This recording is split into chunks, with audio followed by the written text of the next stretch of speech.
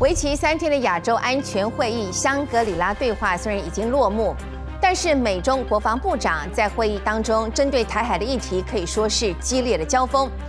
中国国防部长魏凤和在会议当中表示，解放军不惜为台湾一战，台湾海峡属于中国，美舰不应该穿越巡逻。不过对此，美国防长奥斯汀回应，美舰穿越台海是自由航行的权利，中国无权干涉。美国国务院发言人普莱斯在几天之后更对路透社表示，台湾海峡是公海自由区域，有航行和飞越的自由。该如何来解读这场美中日益紧绷、剑拔弩张的关系？台海是否已经成为美中冲突的风暴中心呢？对此，我们特别独家访问到了美国川普政府时期的国防部长 Mark Esper 艾斯培部长。艾斯培曾任美国国防部长以及美国陆军部长，参与川普执政时期许多非常重要的决策。我们非常荣幸能够和艾斯培越洋视讯连线，和他一起来剖析美中台关系的变化以及未来。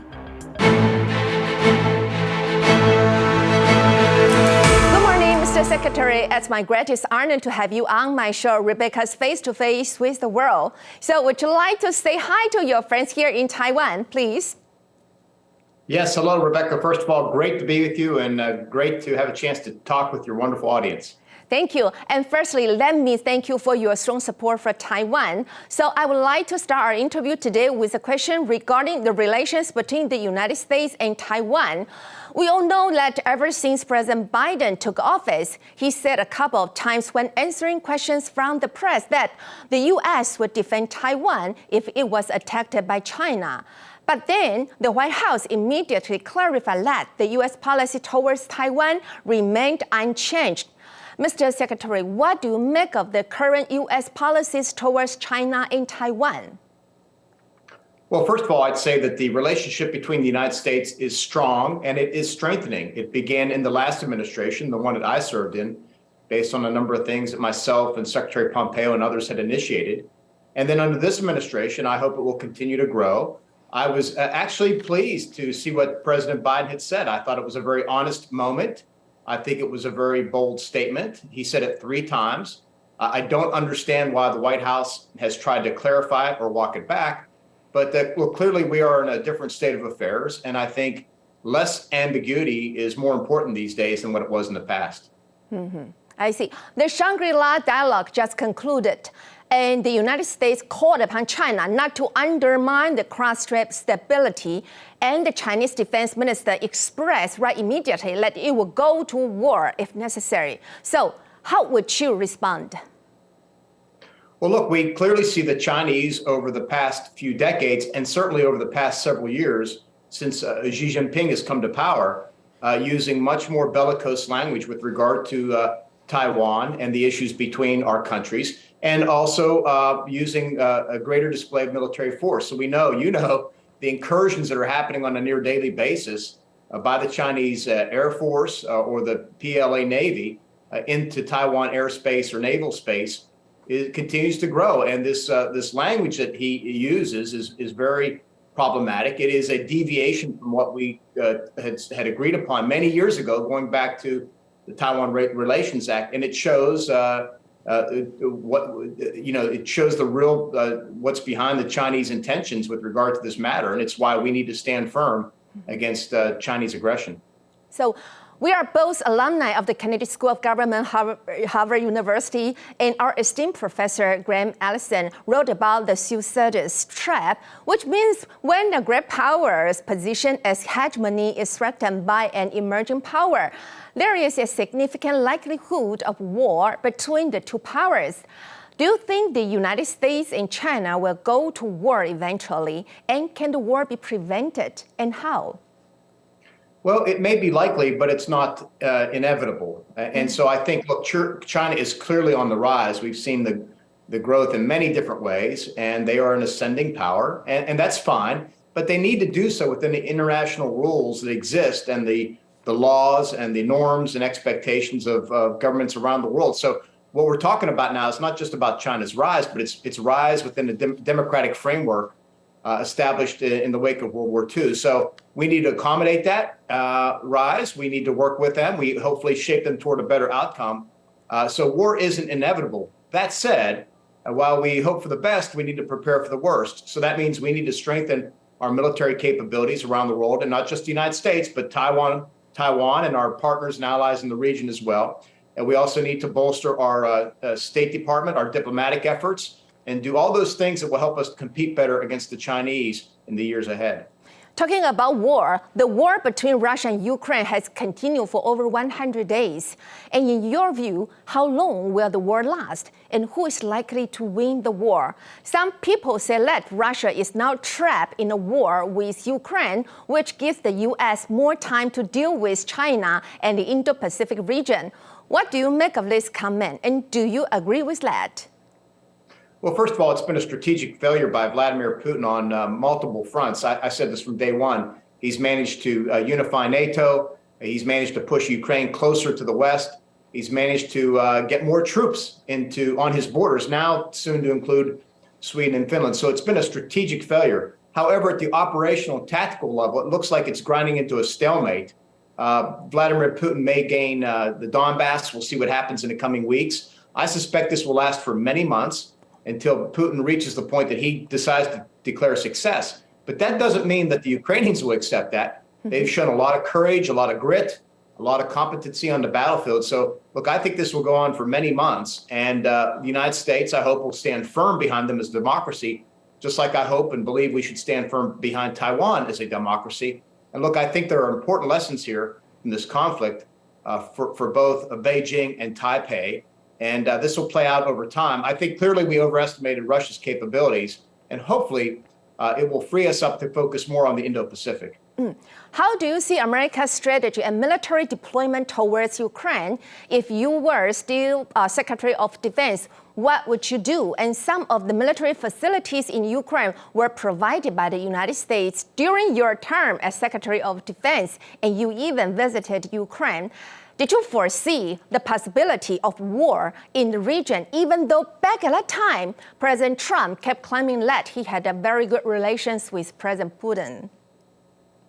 Well, we did know that there was always the possibility of an expanded conflict between Russia and Ukraine. Of course, Russia invaded Georgia in 2008, invaded Ukraine in 2014. It took Crimea and Donbass. So it was something that we were on guard against, and I give President Trump credit for providing the Ukrainians with lethal military means to defend themselves. Again, important in the context of our obligations under the Taiwan Relations Act as well.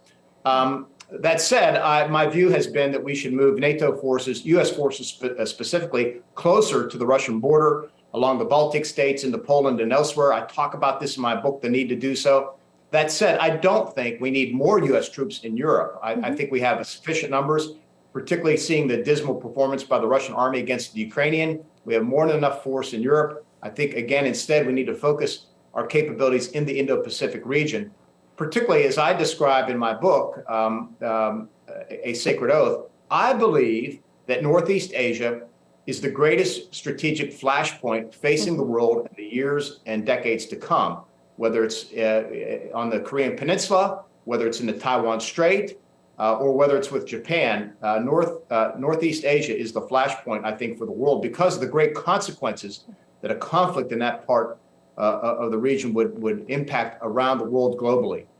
Yeah, if President Trump still were the president now, do you think the war between Russia and Ukraine could be prevented? And what do you think of the approaches taken by the incumbent U.S. government in dealing with Russia and Ukraine? You know, the first part of that question is an unknown. So many things have happened. It's not just that President Trump left office, but Angela Merkel, yes, arguably the head of Europe, left the world stage late last year, and other things had transpired. So we don't know what the calculations were for Vladimir Putin. You know, with regard to this administration, I think they had a slow start, a mixed start. I thought they should never take military options off the table. I thought we should have provided the Ukrainians with MiG fighters and other things and other equipment much sooner. But I think at this point, we're in a better position. The West remains unified. I get concerned about the Europeans getting wobbly. And so I think the challenge here will be maintaining this coalition to support Ukraine in the months ahead and to continue to pose Russia, both diplomatically and with sanctions. That will be the challenge. Yeah. Mr. Secretary, you just mentioned you recently published a book titled A Secret Oath, which reveals the shocking details while serving in the Trump administration. How was your experience working in the Trump administration in like extraordinary times? Well, first, it was an extraordinary privilege for me to serve once again my country. I began at the age of 18 when I went to West Point and served on active duty in the United States Army. And then, of course, in other jobs between now and then. But it was a great honor and a privilege. The job in and of itself is always with enormous challenges, dealing with both our adversaries abroad and our allies and partners. But the Trump White House made it more complicated because it was quite unpredictable and chaotic at times. And I talk about this in great detail in the book. And again, I emphasize an entire chapter I commit to the China problem that we faced and relations with Taiwan. Yeah. What motivated you to publish this book? And have you ever faced any pressures asking you not to publish the book? And when serving as Secretary of Defense, what were the greatest difficulties you ever encountered? And were the difficulties mainly caused by President Trump? Well, I was never asked not to publish a book. I always felt after I left office that it was important to tell this story. It was so critical to American history that I thought the American people should know what happened during this very consequential time in their history. And I think I could add an important voice to it, not just as another cabinet member, but as the Secretary of Defense and the Secretary of a department that the president often turned to when he needed action, whether it was dealing with adversaries abroad, whether it was border security on the southwest border, dealing with COVID, dealing with unrest, you name it. The president often turned to us. So we had our particular challenges. I chronicle it in detail there, but I thought it's important for history, for people to know and for people to learn, where I did well, where I didn't do as well, and where we made a lot of advances in terms of modernizing our military for the years ahead. Mr. Secretary, so now comes the question.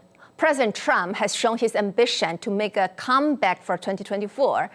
Mr. Secretary, if President Trump really runs in 2024 again, as a Republican, will you support him? Yeah, well, first of all, I am a Republican, and I like to describe myself as a Reagan Republican because I believe strongly in what Ronald Reagan stood for.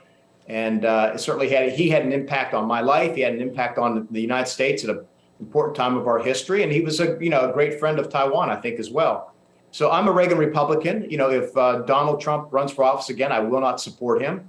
I think we need a new generation of leaders who can not only advance traditional conservative policies and principles, but also do so in a way that brings people together, that is not coarse and divisive, and that can grow the Republican base in a way that will help us win elections. Look, you can have all the great policies and ideas you want, but if you can't win an election and govern, then you can't advance them. And I don't believe that Donald Trump is that person. I think there are future Republican leaders out there that can do far better. Yeah, so you would expect a new generation of Republicans to come out. So now some people have compared Taiwan to Ukraine as both countries are facing the threat from their big neighbors. Now the United States and Taiwan have maintained closer cooperation in trade and technology. What should the U.S. and Taiwan do together to prevent China's aggression? Well, I think we need to continue to build relationships between our peoples at multiple levels, and in terms of the security aspect of it, continue to continue arms sales and training and the things that are important. I think Taiwan, of course, needs to spend more on its defense and spend more on the right things. I hope you will follow the example of Ukraine in terms of building strong, capable territorial defenses. I know that's under discussion now at the governmental level. I think that's very important. Look, the more that Taiwan can do to defend itself and make itself an unattractive target, if you will, for the Chinese, the more you will deter an incursion or some type of aggression by them. And also at the same time, give the United States and your other partners and allies time to help respond. So I think all these things work together. Those discussions should continue. And what we want to do is avoid war.